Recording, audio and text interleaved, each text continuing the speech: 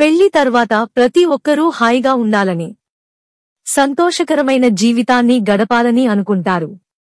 మీరు కూడా పెళ్లి తర్వాత సంతోషంగా ఉండాలని అనుకుంటున్నారా? అయితే ఇలా చేయండి. 1. నిజమైన ప్రేమ. నిజమైన ప్రేమ అనేది చాలా ముఖ్యం.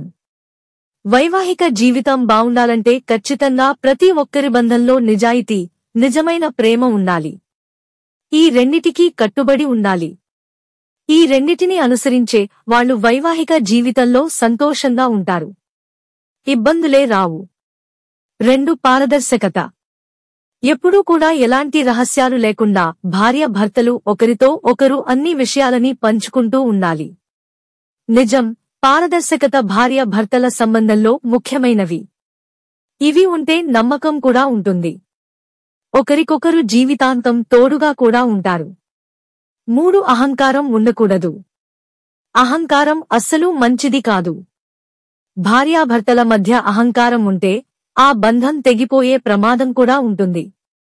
కాబట్టి భార్యాభర్తలు ఒకరితో ఒకరు మర్యాదపూర్వకంగా వ్యవహరించాలి. ఒకరినొకరు గౌరవించుకుంటూ ఉంటే బంధం బాగుంటుంది. 4. మూడవ వ్యక్తి వద్దు. చాలామంది మూడవ వ్యక్తి చెప్పే వాటిని వింటూ ఉంటారు. వాటిని బట్టి ప్రవర్తిస్తూ ఉంటారు. ఎప్పుడూ కూడా మూడవ వ్యక్తికి మీ బంధంలో చోటు ఇవ్వద్దు.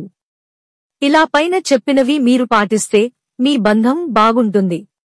సంతోషంగా ఉండొచ్చు.